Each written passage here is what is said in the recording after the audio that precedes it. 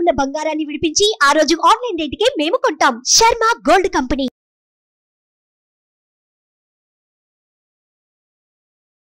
నమస్కారం, welcome to Suman TV. ఈ క్రోధి నామ సంవత్సరంలో 27 నక్షత్రాల్లో జన్మించిన వారికి ఎలాంటి ఫలితాలు ఉండబోతున్నాయి, అలాగే వారు చేసుకోవాల్సిన పరిహారాలు ఏమిటి, వీటి గురించి వివరించేందుకు ప్రస్తుతం మనతో పాటు ఉన్నారు ప్రముఖ జ్యోతిష్యులు, తంత్రశాస్త్ర కోవిదులు డాక్టర్ ప్రదీప్ జోషి గారు. వారితో మాట్లాడి మరిన్ని విషయాలు తెలుసుకుందాం. గురుగారు నమస్కారం అండి. శ్రీమాత్రే నమః. గురుగారు, ఈ క్రోధినామ సంవత్సరంలో ఆరుద్ర నక్షత్రం వారికి ఏ విధంగా ఉండబోతుందంటారు? అలాగే శుభ ఫలితాలు కలగాలంటే గనక వారు ఎటువంటి పరిహారాలు చేసుకోవాలంటారు?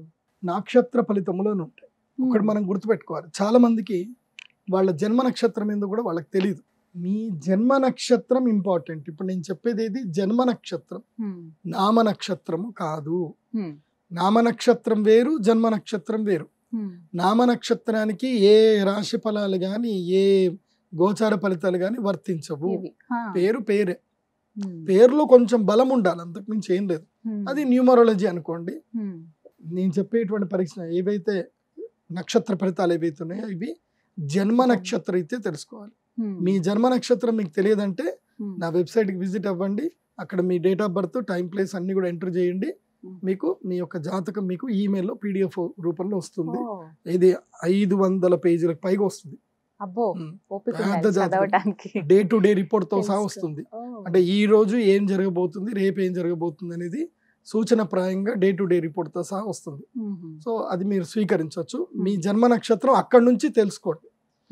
పేర్లను బట్టి ఇప్పుడు శ్రీనివాస్ అని పేరు ఉంటుంది, అందరు తులారాశి అని చెప్పేస్తారు. కాదు. ఇప్పుడు వెంకటేష్ అంటారు, వేవో కాకి మృగశిర నక్షత్రము అంటే ఇది మిథున రాశి అని చెప్పేస్తారు. కాదు. సో ఇలా పేరును బట్టి మీరు రాశులు చెప్పుకోకండి, నక్షత్రాలు చెప్పుకోకండి, దాని ఫలితాలు ఉండవు.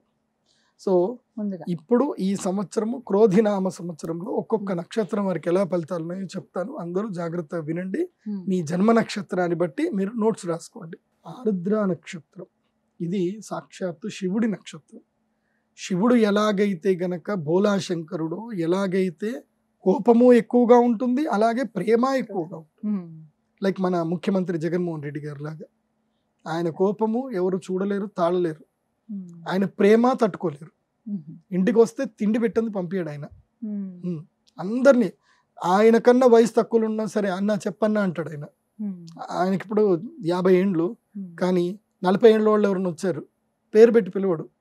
ఇప్పుడు ఉదాహరణకి ఎవరన్నా రవి వచ్చాడు, రవి అనే పేరు చెప్పన్నా, రవి అన్న ఏం చేద్దాం చెప్పు అంటాడు.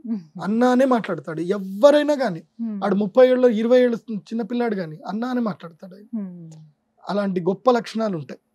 కాబట్టి ఆరుద్ర నక్షత్ర జాతకులు మంచి జాతకులే. కానీ మీ కోపం ఈ సంవత్సరం కంట్రోల్ చేసుకోండి. ఈ సంవత్సరంతో మీకు రాజయోగం అయిపోయింది. ఎందుకోసమంటే ఇది మిథున రాశి లోపలికి వస్తుంది కాబట్టి గోచార రీత్యా మీకు గురుగ్రహం బాగా లేడు, అయిపోయింది. గురుగ్రహం జరిగిపోయాడు, మీకు 12లోకి వచ్చాడు. ఈ సంవత్సరం ఖర్చులు బాగా ఎక్కువ అవుతాయి. అందరికీ డబ్బులు ఇవ్వాల్సిన పరిస్థితి ఏర్పడుతుంది. అయితే ఇది ఒక విధంగా మంచిదే, రుణాలన్నీ తీర్చేస్తారు. ఈ సంవత్సరము టార్గెట్ ఏం పెట్టుకోండి అంటే 0 అకౌంట్, అంటే 0 క్రెడిట్ అనేది పెట్టుకోండి వాళ్ళ ఈ సంవత్సరం. ఇది టార్గెట్ పెట్టుకోండి ఆరుద్ర నక్షత్రం. అంటే క్రెడిట్ ఉంచుకోకూడదు, ఇంకా 0 క్రెడిట్. అంటే అప్పులు మొత్తం తీర్చే ప్రయత్నం చేయండి. ప్రతి నెల హస్తా నక్షత్రము, శ్రవణ నక్షత్రము, ఈ 2 నక్షత్రాలు, రోహిణి నక్షత్రం, ఈ 3 నక్షత్రాలు వస్తాయి. అప్పులు ఉన్నటువంటి వారు, ఎందుకోసమంటే ఆరుద్ర నక్షత్రం వాళ్ళు జీవితాంతం అప్పులతోటే ఉంటారు. వీళ్ళ గురించి నాకు తెలుసు. వీళ్ళకి అప్పులు లేకుండా ఉంటారు. వీళ్ళు అప్పులు చేస్తూనే ఉంటారు. అండ్ బోలాశంకర్లు అందరికి, దోస్తులందరికి డబ్బులు ఇస్తానే ఉంటారు. పిల్లలు ఎవరన్నా ఉంటారేమో, మా ఆయన కరెక్టే గురుగారికి, మా ఆయన ఇదే చేస్తాడు. వస్తారు దోస్తులు వస్తారు, ముచ్చట పెడతాడు, ఇక ఇచ్చేస్తాడు, ఇక పోతాడు ఇక అని చెప్పేసి అంటారు. ఇదే జరుగుతుంది. సో మొత్తం బోలా అన్నమాట, ఎవరు ఏదంటే అది ఇచ్చేస్తా పోతారు. కాబట్టి ఆరుద్ర నక్షత్రం వాళ్ళు ఈ సంవత్సరం కొంచెము మీకు ఇష్టం ఉంటే మీ ఆవిడ మాట వినండి. అంటే ముఖ్యంగా ఒక ఫినాన్స్ గురువుని పెట్టుకోండి. రుణాలు మొత్తం క్లియర్ చేయండి. ఎవరికి డబ్బులు ఇవ్వద్దు ఈ సంవత్సరం. ఇస్తే మాత్రం తిరిగి రావు, ఇది గుర్తుపెట్టండి.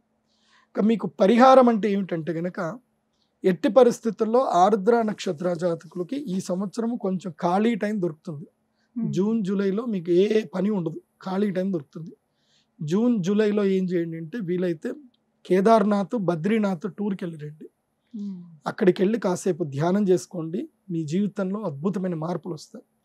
లేదా ఏదైనా ఒక పాడుబడ్డ దేవాలయం ఏదైనా ఉంటే అక్కడికి వెళ్ళి ఓ 5 రోజులు టైం కేటాయించి ఆ దేవాలయాన్ని మొత్తం కూడా పునరుద్ధరించండి. దీనివల్ల మీకు రావాల్సిన అరిష్టాలు రాకుండా పోతాయి. ఇక మా దగ్గర డబ్బులు ఉన్నాయి గురుగారు, మేము అన్నీ చేయలేము, ఈజీ మెథడ్ ఏదైనా ఉంటే చెప్పండి అని అంటే, అక్షయ తృతీయ రోజున మా అమ్మవారి గుడికి రండి, ₹1,00,000 పూజ చేయించండి, మీకు 11,000 పూజ నాట్ అలౌడ్, ₹1,00,000 పూజ చేయించుకోండి, మీకు మేలు జరుగుతుంది. ₹1,00,000 పూజ అంటున్నారు, అదేం పూజ గురుగారు? ఎందుకోసం అంటే ఆర్ద్ర నక్షత్రం వాళ్ళు తమ జీవితంలో ఉన్న డబ్బులన్నీ వృధాగా పోగొట్టుకుంటారు, రాళ్ళకి రప్పలకి వృధాగా అందరికి ఇచ్చేస్తారు.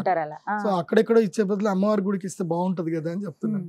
అండ్ నేను ఇప్పటి వరకు చూసిన ఆర్ద్ర నక్షత్రంలో బిలో పావర్టీలో ఉన్న వాళ్ళు ఎవరూ లేరు, అందరూ మంచి క్యాష్ పార్టీ. కొంతమంది చంచల స్వభావంతో డబ్బులు ఇచ్చి పోగొట్టుకున్న వాళ్ళే తప్ప మిగతా వాళ్ళందరూ మంచి క్యాలిక్యులేషన్, మంచి ఉన్నతమైన జాతకులు ఉంటారు. అందుకోసం ఆర్ద్ర నక్షత్రం అంటే వాళ్ళకి నేను తక్కువ అడగను, ఎక్కువనే అడుగుతా, మీది రిచ్ నక్షత్రం బాబు, మీదేం తక్కువ కాదు అని. ఆ విధంగా అంటే ఫలితం ఉంటుందంటారా? గ్యారంటీ ఉంటుంది. చెప్తున్నా కదా, రిచ్ నక్షత్రాలు ఆర్ద్ర నక్షత్రం రిచెస్ట్ నక్షత్రం అది. ఎవరైతే ఉన్నారో ఆరుద్ర నక్షత్రం గురువు గారిని సంప్రదించండి. చక్కగా వివరించారండి. నమస్కారం. శ్రీమాత్. సుమన్ టీవీలో మీ పర్సనల్ అండ్ బిజినెస్ ప్రమోషన్స్ కోసం కింది నెంబర్ కి కాంటాక్ట్ చేయండి.